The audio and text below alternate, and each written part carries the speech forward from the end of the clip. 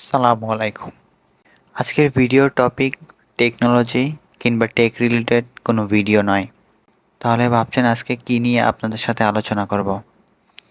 বন্ধুরা, আজকে আপনাদের সাথে আলোচনা করব যে বিষয়টি নিয়ে, এই বিষয় নিয়ে আমাদের প্রত্যেকটি কন্টেন্ট ক্রিয়েটর এবং সাধারণ মানুষের উচিত কথা বলা।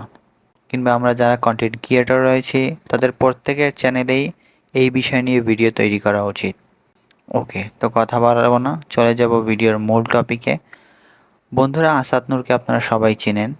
বর্তমানে ফেসবুক, ইউটিউবের ভাইরাল কন্টেন্ট ক্রিয়েটর হিসেবে তাকে সবাই চিনে থাকবেন।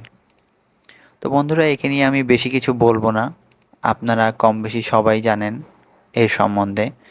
আমি আজকে আলাপ করব কিভাবে আপনারা আসাদ নূরের ইউটিউব চ্যানেল এবং ফেসবুক আইডি ডিসেবল করতে পারেন।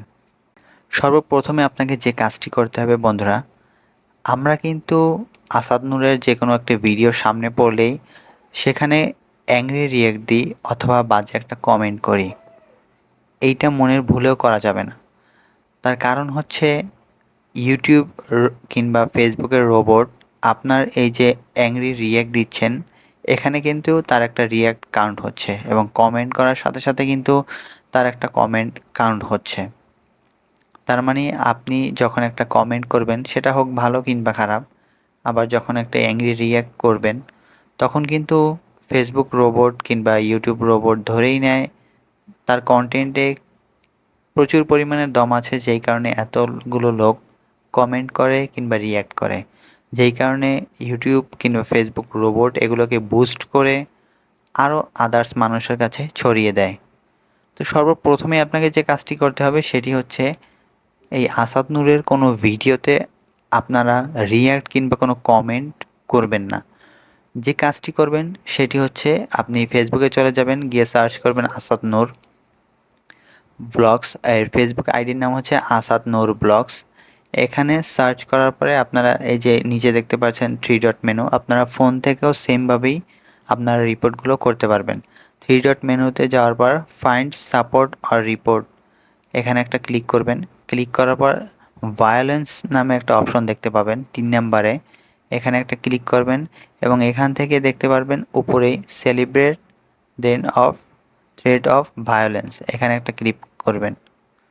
ওকে, তো আপনারা চাইলে এখান থেকেও রিপোর্ট ডান করে দিতে পারেন, অথবা আরেকটা আছে ভায়োলেন্স, আমি দেখাচ্ছি এই 3 নাম্বার অপশনেই গ্রাফিক্স ভায়োলেন্স, এখান থেকে আপনারা এটি ডান করে দিবেন।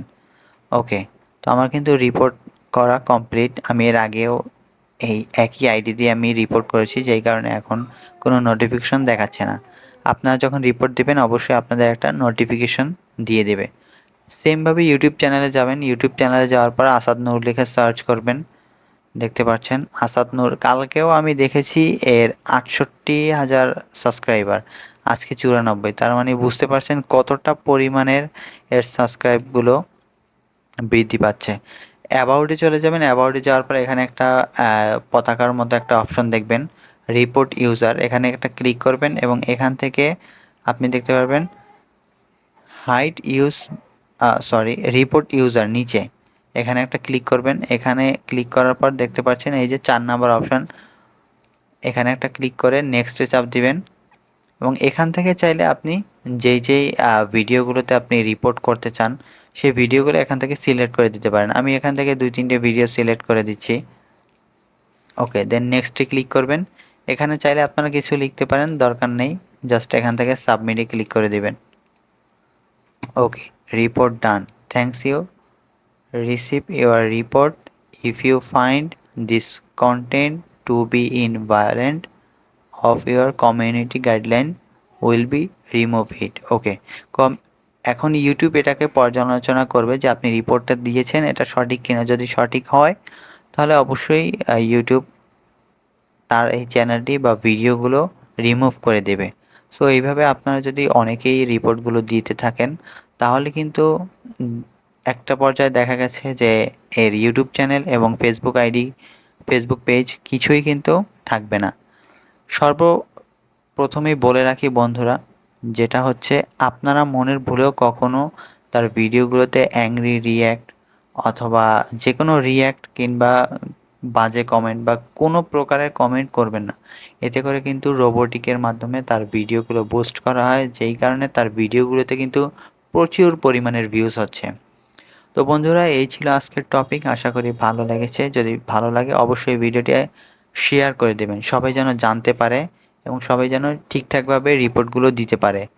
তো আজকে বিদায় নিচ্ছি, দেখা হবে নতুন কোনো ভিডিও নিয়ে। ততদিন পর্যন্ত ভালো থাকুন, সুস্থ থাকুন। আল্লাহ হাফেজ।